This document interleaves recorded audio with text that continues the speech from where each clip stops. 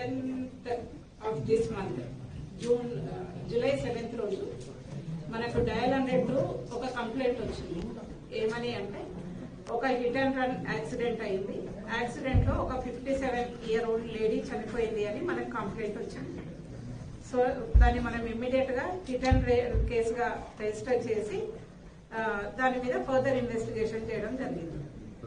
ఆ further investigation చేస్తున్నప్పుడు ఏ vehicle అయితే ఈమెను యాక్సిడెంట్ చేసి వెళ్ళిందో ఒక వెహికల్ ని సస్పెక్ట్ వెహికల్ గా ఐడెంటిఫై చేయడం జరిగింది. అది మహీంద్రా థార్ అనే వెహికల్.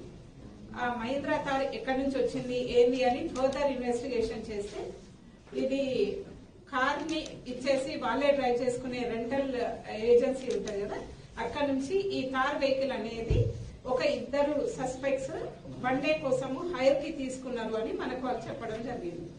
అయితే ఈ హైర్ కి ఎవరు తీసుకున్నారు అని చూస్తే ఈ డిసీజ్డ్ ఎవరైతే ఉందో లేడీ, ఆ డిసీజ్డ్ వాళ్ళ అల్లుడు ఒకతను ఉన్నాడు, అల్లుని వాళ్ళ బ్రదర్ ఒకతను ఉన్నాడు. అయితే వీళ్ళు హైర్ తీసుకొని మళ్ళీ అదే టైంలో ఇదే వెహికల్ తో ఆమెకు యాక్సిడెంట్ అవ్వడం ఏంది, హిట్ అండ్ రన్ ఏంది అని చెప్పి మన ఏసీపీ గజ్వేల్ మళ్ళీ సేమ్ సిఐతో ఉంటా గారు అండ్ ఎస్ఐ రవికాంత్ దీన్ని డీటెయిల్ గా ఇన్వెస్టిగేషన్ చేసినప్పుడు మనకు తెలిసింది ఏంటంటే ఇది యాక్సిడెంట్ కాదు, మర్డర్ అని. ఏంటంటే ఈ ఓల్డ్ లేడీకి ఒక 2 acres ఆఫ్ ల్యాండ్ ఉంటది పెద్ద మాసాన్పల్లి అనే విలేజ్ లో. సో ఆమెకి ఏంటంటే మార్చి నుంచి ఈ అక్యూజ్డ్ వాళ్ళ అల్లుడు అండ్ వాళ్ళ అల్లుని వాళ్ళ బ్రదర్ ఇద్దరు ఈమెకి పోస్ట్ ఆఫీస్ ఇన్సూరెన్స్ ఒకటి చేపించడం జరుగుతుంది అండ్ ఎస్బీఐ ఇన్సూరెన్స్ ఒకటి చేపించడం జరుగుతుంది ఈమెతో, ఈ లేడీతో.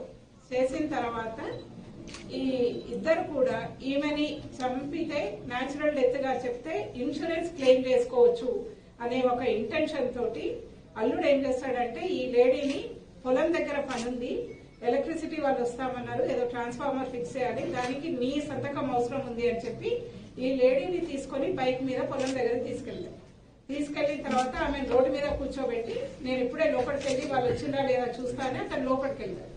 వెళ్ళిన తర్వాత ఈ థార్ వెహికల్ వాళ్ళ బ్రదర్ ఎవరైతే హైర్ చేసుకున్నారో అతను తీసుకొని వచ్చి ఆమెను హిట్ చేసి వెళ్ళిపోతాడు, యాక్సిడెంట్ చేసి వెళ్ళిపోతాడు. వెళ్ళిపోయిన తర్వాత ఆయన మళ్లీ రోడ్డు మీదకి వచ్చి ఇట్లా ఏదో అన్నోన్ వెహికల్ లో హిట్ చేసింది ఈమె చనిపోయిందని అతనే డయల్ 100 కంప్లైంట్ చేస్తాడు.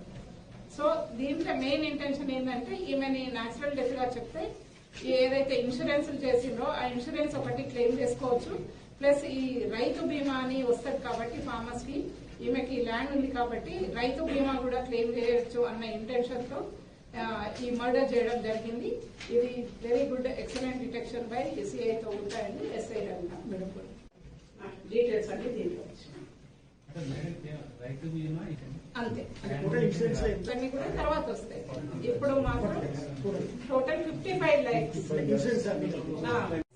అండ్ ఈ రైతు బీమా అనేది 5 lakhs సేల్ అవుతుంది. ఇదంతా కూడా 60 lakhs వరకు. ఎందుకంటే వీళ్ళు ఇంతకుముందు ఏదో పౌల్ట్రీ ఫామ్ పెట్టి సమ్ బిజినెస్ చేసి వీళ్ళకి లాస్ రావడం జరిగింది. సో ఆ లాస్ కి కంపెన్సేట్ చేసుకోవడం కోసం దృశ్యం 2 సినిమా చూసి ఎవిడెన్స్ లేకుండా ఎట్లా చేయొచ్చు అనేది అది చూసి నేను అట్లా చేసినాము.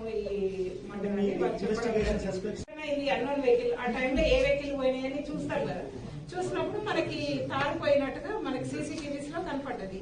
ఈ కార్ ఎవరి వెహికల్ ఏంది అని మనం ఇన్వెస్టిగేట్ చేసినప్పుడు సో అండ్ సో దగ్గర వెహికల్ ఇది రెంటల్ కి ఇస్తారు అని తెలిసింది. అక్కడికి వెళ్ళి ఎవరు రెంటల్ తీసుకున్నారు ఈ వెహికల్ అంటే వీళ్ళ పేరు చెప్పడం జరిగింది. అయితే వస్తాయి కాకపోతే వీళ్ళు ఏంటంటే మార్చి నుంచే ప్లాన్ చేస్తున్నారు అనమాట. మార్చి ఏప్రిల్ ప్రీ ప్లాన్ కొంచెం కూలింగ్ పీరియడ్ ఉంటుంది, ఆ పీరియడ్ అయిపోయిన తర్వాత ఎగ్జిక్యూట్ చేద్దాం. ఇన్సూరెన్స్ అనేది రాదు అండ్ ఇట్లాంటిది ఏ తప్పు చేసినా గానీ ఇమీడియట్ గా డిటెక్ట్ అవుతుంది, జైలుకు వెళ్ళడం క్రైమ్.